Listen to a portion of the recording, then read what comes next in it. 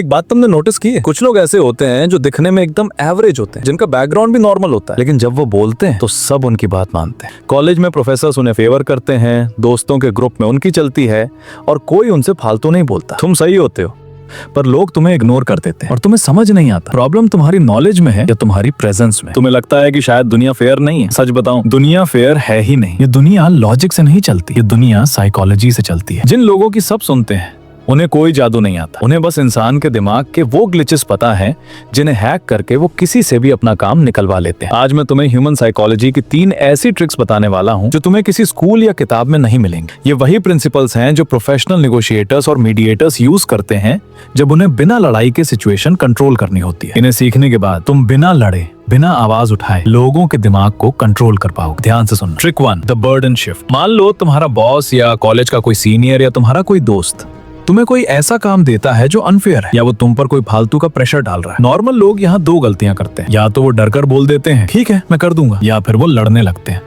मैं क्यों करूं, मैं नहीं करूंगा। अब असली मास्टर इन्फ्लुएंसर क्या करता है? वो लड़ता नहीं है, वो एक ऐसा सवाल पूछता है जो सामने वाले के दिमाग को एरर में डाल देता है। जब कोई तुम पर प्रेशर डाले तो उसकी आंखों में देखो, आवाज एकदम शांत रखो और पूछो मैं ये कैसे कर सकता हूँ। बस इतना बोलकर चुप हो जाओ। साइकोलॉजी के हिसाब से जब तुम क्यों पूछते हो तो सामने वाला डिफेंसिव हो जाता है, लेकिन जब तुम कैसे और हाउ पूछते हो तो तुम उस प्रॉब्लम का पूरा बर्डन उठाकर वापस उसी के कंधों पर डाल देते हो। अब उसके दिमाग को खुद तुम्हारे लिए सोल्यूशन ढूंढना पड़ेगा। वो खुद करने लगेगा। वो बोलेगा अच्छा ठीक है पूरा मत कर, बस आधा कर दे। तुमने बिना ना बोले उसे पीछे हटने पर मजबूर कर दिया। Trick 2, the trust hack. अगर तुम्हें किसी से अपनी बात मनवानी है, किसी को कोई आइडिया बेचना है या अपने पेरेंट्स से किसी चीज की परमिशन लेनी है तो तुम्हें उनका ट्रस्ट जीतना होगा। तुम गलती क्या करते हो? तुम सिर्फ फायदे गिनाते हो। मम्मी इस मोबाइल के बहुत फायदे हैं, पढ़ाई में मन लगेगा। इंसान का दिमाग डिजाइन ही ऐसे हुआ है कि जब उसे सब कुछ परफेक्ट दिखता है तो उसका अलार्म बजने लगता है। उसे लगता है ये पक्का मुझे बेवकूफ बना रहा है। अगर तुम्हें ट्रस्ट जीतना है तो यूज करो द ब्लेमिशिंग इफेक्ट। अपनी बात मनवाने से पहले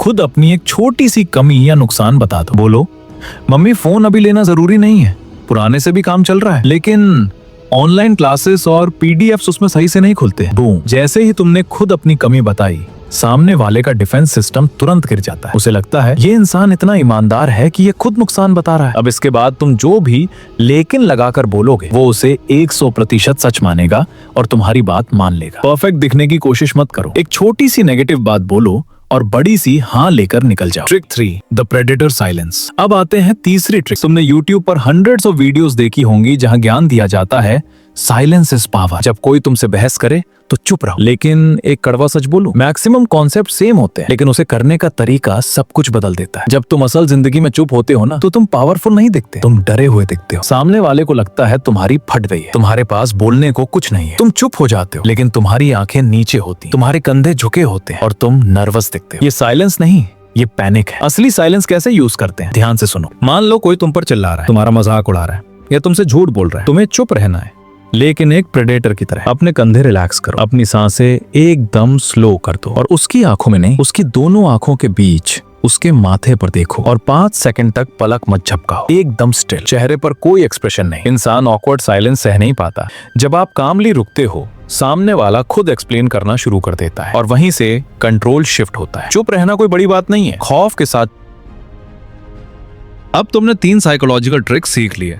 तुम अब किसी का भी माइंड मैनिपुलेट कर सकते हो, लेकिन एक प्रॉब्लम है। अगर एक कमजोर आदमी साइलेंट रहेगा तो लोग समझेंगे कि डर गया है। अगर एक कमजोर आदमी कैसे करूं पूछेगा तो लोग उसे फूल समझेंगे और ज्यादा एक्सप्लॉइट करेंगे।